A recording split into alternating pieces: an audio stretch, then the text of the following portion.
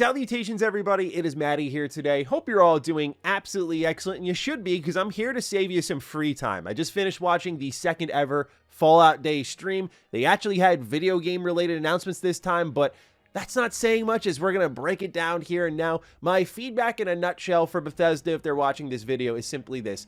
If your showcase is so lacking that the day before you have to go on social media and post like, here are literally the things that are going to be here at this Fallout Day stream, I get it. Rocking a hard place. Everyone's talking about New Vegas and Fallout 3 remasters, and will Fallout 5 be here? But if your show's so lacking that you got to compensate ahead of it and be like, here's everything, and kind of spoil the fun of it all, that's probably not a great sign that this show should be happening in the first place. Second of all, Fallout Day should be a collective celebration of everything Fallout. How Fallout Season 2, which is launching in just 2 months, is not here at all is really baffling to me. But third, and I think most importantly, is Bethesda needs to embrace what other developers and community managers have done so well in the past for other role-playing franchises. Look at N7 Day and study that thing like a damn science. Look, BioWare has gone through the ringer, and there is very little faith in that company. Yet somehow, thanks to their ARGs that really reward the high-key fans of that franchise, people love to dig into N7 Day and really see what's going on with the next Mass Effect game.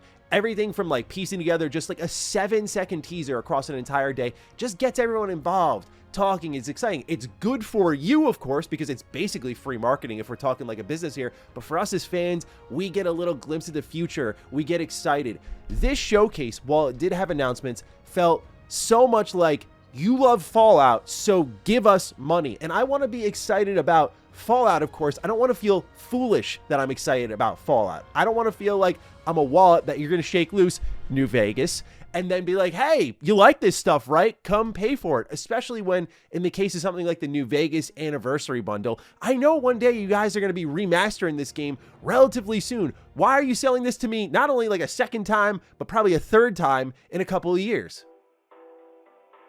It feels like my intelligence isn't respected. It feels like my love for the franchise certainly isn't respected. And I think, worst of all, I don't mean this as a slight to the TV show, but no matter how fantastic it is, it should always be a compliment to the video games that are spearheading everything. The most refined and exciting part of this showcase shouldn't be what they're doing and how I'm saying they're going, where's Amazon's show? It should be what you're doing. And what you're doing made me feel as a fan a little bit underwhelmed. So, ladies and gentlemen, those are my thoughts in a nutshell. Bethesda, at least embrace the era of ARGs. If you want to study something from your own community, and then I'll actually get deep into it here, please look at the Survivor 2299. Fallout fans would eat that up if it was an official teaser event. It's like, whoa, what's going on here? And it's just hinting at like what the location of Fallout 5 is. Like, I mean, sincerely, I'm not trying to full crash out here because I don't think it warrants the overreaction, because in fairness, Bethesda did tell us what was here. But my God, I really, really hope they look into this stuff, because us like knowing, oh, the location isn't the worst thing in the world, or like what year it's set in. Like there's so many minor details that we will dig for and be like, okay, well, we do know this about the game now. And I feel Bethesda needs to embrace that, especially when, again, you wheel out Todd Howard at the end of the show and you're like, hey guys, we hear you and we are working on other Fallout stuff. That's great to hear. He already confirmed that multiple times, so he's just reconfirming what we already knew. But all of this kind of before and after stuff felt like protection, like, please don't yell at us, like, we have to do this. And I think they want to do this because they know there's a lot of money in it. But in the terms of a fan being excited, I didn't feel I had much to go crazy about here. In a manner of speaking, the show went exactly as I predicted in my Fallout video just last week. But we'll break it down now. Thank you for listening to me just get a lot off my chest here. Now, we'll break down the announcements here. So what happened at the Fallout Day stream? Fallout 4 showed up. I'll be honest, got a little emotional looking at all of the Fallout 4 stuff and being like, wow, it's been 10 years. Because a lot of you who are here because of this game. And I'm here because of this game. I owe it literally everything, and I love it to death. So it did bring back those good memories.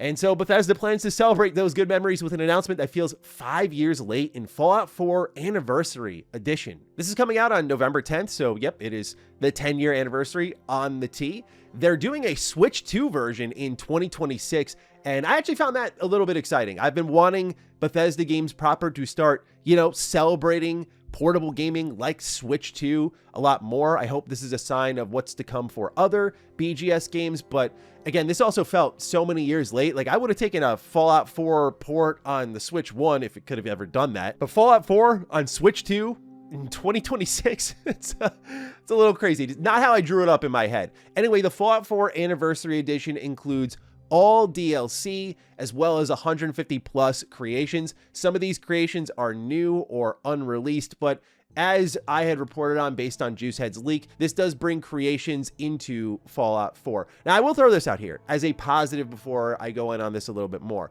They brought Brian T. Delaney back to do some voice lines for the main character, and that means they probably brought Courtney Taylor back as well. I thought this was actually really awesome to see. Brian and Courtney are incredible people, but it was one of the things that we always wondered about with the creations in Fallout 4 is like, well, you always have to get the voice talent back. But because this is starting to turn into a career options for the people making these creations, it means like Bethesda is investing more money into it. Creations are actually getting bigger budgets. And so you can bring talent like Brian T. Delaney and Courtney Taylor back. And I do think that's actually pretty awesome. We saw a little glimpse of this in Starfield where actual voice talent was coming into these creations. And so in fairness, creations is becoming what a lot of us want it to be. Yes, they're paid mods, but they are becoming these bigger, higher budget productions. I think as long as Bethesda treats them like official content, rolls them into the game, kind of like they're doing here, but also does things like, you know, allowing you to get achievements on them, those sorts of things, I think would go a pretty long way. So that's my positive take. I'm glad to see people who have worked on mods continue to make a living doing so, and I don't begrudge them for that. However, there's no denying that this feels so late, and again, Bethesda kind of leaning on their community here is their Achilles heel. It's what makes a lot of their games great, but it's Fallout 4's 10-year anniversary. Bethesda Game Studios, what are you doing besides giving me the same package that, by the way, I imagine like 90% of the audience watching this video right now, and granted, I have a Fallout-focused audience, probably already owns all of this stuff. So what are you doing for us? Like, what is your way of celebrating? Reselling us this? That's it? Like, I'm not saying I expect another Far Harbor, but how cool would it have been if Bethesda said like, oh, we have like an Automatron-sized DLC coming your way, like a new official DLC. There's enough people playing Fallout 4 regularly and who will be returning to Fallout 4 with the Fallout Season 2 release that, like, I don't think it would have been a bad move for Bethesda to put some resources into Fallout 4 and make some official DLC for it. Get some of the companion voice actors and actresses back. Like, you probably hear that and you go, damn, that's high effort. Yeah. 10-year anniversary. Celebrate the damn thing or don't. So yeah, not like an announcement that's bad. Just, I mean, when they called the anniversary edition, I went, okay, makes sense. But also, like, with everything that's here, I usually expect a little something more, because this is basically when we've speculated in the past. Like, I think I have videos in 2018 or 17 saying like, are we finally getting the Fallout 4 special edition that has all the DLC packaged in? So Bethesda doing the complete edition now, 10 years later, just weird, really weird. But then they got me, right? So in the list of things they promised for this showcase, Fallout New Vegas was never mentioned. So when I heard that theme kick in and they're like, there's another anniversary happening and it goes to Obsidian, I went, oh, wow. On the day that Outer Worlds 2 reviews drop, are we getting something here? Because they had just finished talking about the Switch 2 port. And I went, I will pop if they actually have a Switch port for New Vegas. That would be something I'd be very excited about. And so you see Josh Sawyer, Gonzalez, you see Fergus Urquhart, like you see all these individuals who were major players with New Vegas still at Obsidian. I'm like, whoa, they're bringing them in to celebrate like this 15-year anniversary. Like, okay, are they going to do something? Happy Fallout Day. Go play Fallout New Vegas.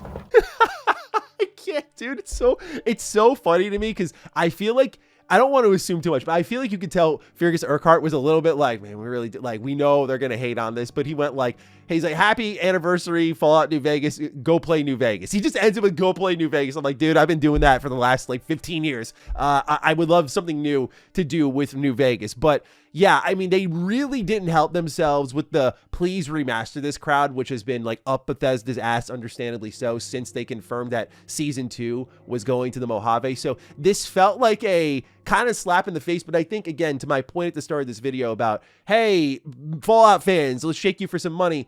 This 15th anniversary bundle, man, it feels so cruel. That Victor statue is nice. I'm going to be real, okay? I was looking at it and went, but it's a self-respect thing. At a certain point, I'm like, you can't do this, right? Because Bethesda knows, as I said earlier, what we would buy, which is like a Fallout New Vegas remaster. And what this feels like is like, okay, you're going to buy that, but you can also buy this too, because you're excited for the TV show, right?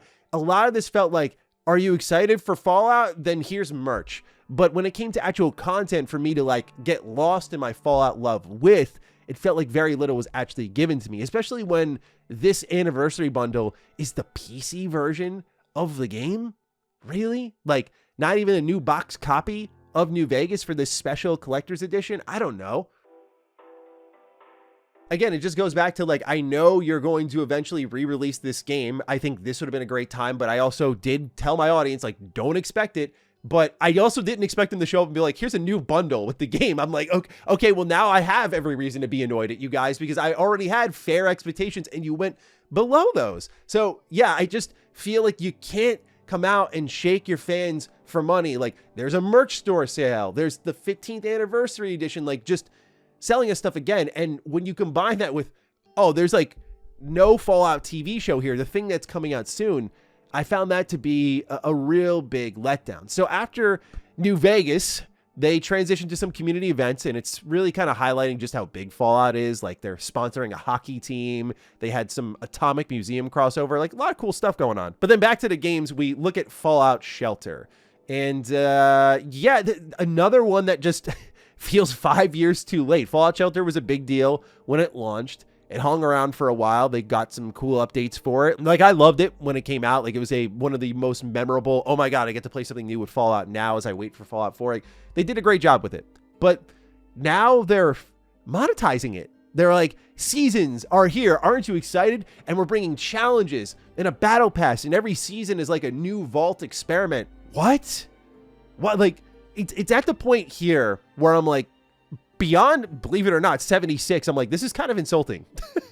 Like, not because of the quality, but just, again, like, money. Hey, aren't you excited to spend money? It's like, again, yes, I love Fallout, probably more than anybody. I'm a huge Fallout fanboy, but I feel like you're coming to me and you'll be like, all right, bro, where's your wallet at? Like, come on, give me your money. Like, where's the money, Lebowski? That's the vibe I'm getting with this. Like, hey, you can spend your money here with Fallout Shelter. Spend your money here with the New Vegas anniversary bundle. Spend your money on some creations. Like, dude, have you not read the room? Like, the economic climate. Have you not read the room in the terms of just where your fan base is at and what they actually want to pay for? It feels like none of that was acknowledged, which is why the sirens are going off in my head when I saw yesterday. They're like, here's everything that'll be there. I'm like, why are you guys putting a pin in your own showcase? And it didn't help because then you just see like how much they're asking for money across the board. Like, they're counting on the TV show hype.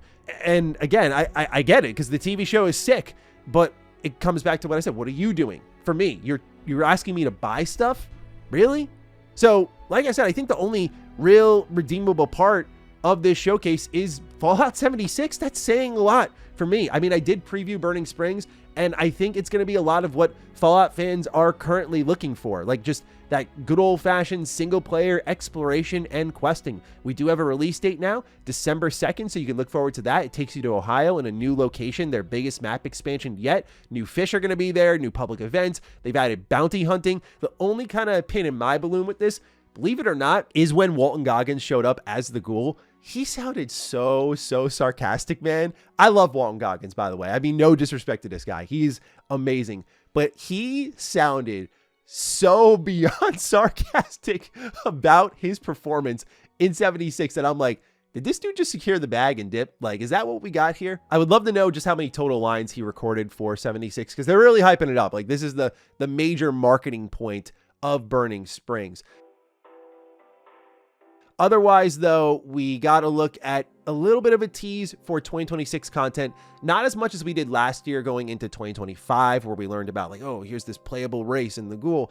With this one, we just learned about native Series X and S as well as PS5 versions, which I think will go a long way. I'd like to see the same thing a lot of my community speaks about for 76, like an offline mode, single player 76 basically, would be really awesome. I think that would bring a lot of people in. Like, just a mode that I don't have to worry about seeing anybody anywhere. It would just flip this switch in my brain and I think make 76 a little bit more evergreen. That or cross progression, because my PS4 file is still miles further than my PC file because I just play 76 with every update. I'm not like a grinder of the game. And so like I would love to take my over level 100 character on PS4 and bring him on over to PC where I actually want to play. But since they're going to take advantage of the native hardware in the PS5, I might actually be able to bring back my higher level character on PlayStation finally. I think it was my mistake for playing 76 on a PS4 at launch and putting most of my like almost 200 hours in it there. I understand. That was, by the way, around the launch window, which is crazy. Like launch window into Wastelanders is where I played it on PS4 the most. So yeah, like I know mistakes were made, but like 76 was kind of busted everywhere. So I just figured why not? And then, like I said, after 76, Todd Howard showed up, thanked everyone, said, I'm reading your chat right now. Everyone's asking for more Fallout. We're working on it. And so it just felt like padding again. Like, please don't yell at us. We are making new Fallout stuff. This is my take, sincerely. Seeing how this show went down, seeing how I felt as a fan, Bethesda, I'm hoping you're taking notes from the community because I was very kind after the first Fallout Day stream, right? They can go back and watch the video if they want to double check me on this, but it was very much like, yeah, it wasn't good, but I like that it exists because it means there's a lot of potential for it. This year, a lot is happening with Fallout. It was the 10-year anniversary of Fallout 4. It's the new release of Season 2. 76 has big content. I think even with what you had there, there should have been more. You have to understand your community's expectations are higher than what you are providing right now. People are expecting more than you to resell something to us. I know I've made a joke about that in the past, like with New Vegas or 3, but when I say that, I'm talking about like a port to like new consoles or things like that. Not just like, here's an anniversary bundle, give us like whatever amount of money for that. I get trying to focus on current Fallout titles. I understand how Bethesda has functioned as a company for a while. They want to hold on to those announcements for as long as possible.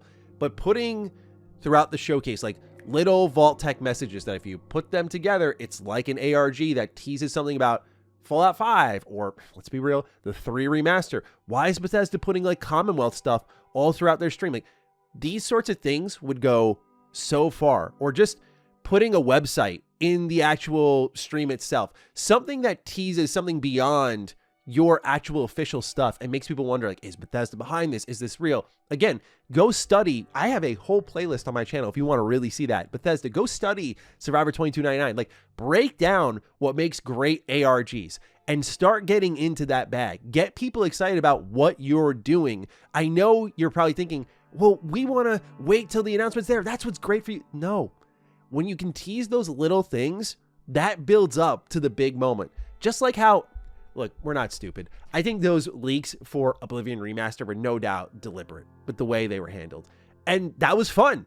It also happened very late in the game, so learn from that and then bring it into your other projects.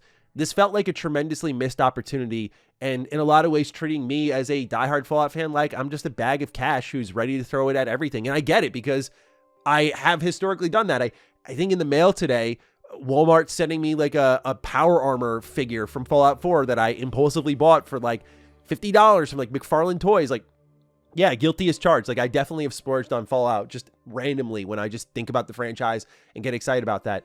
But when you show how much you know that and then you just are constantly trying to sell to me instead of celebrate, it feels wrong. So that's my preachy take on the Fallout Day stream. I can't believe I had so much to say about it, but yeah, I guess I'm really feeling a lot of things today. Anyway, ladies and gentlemen, that's all I've got for you. Thank you for tuning in. Hope I saved you some time today. Other than that, though, take excellent care of yourselves.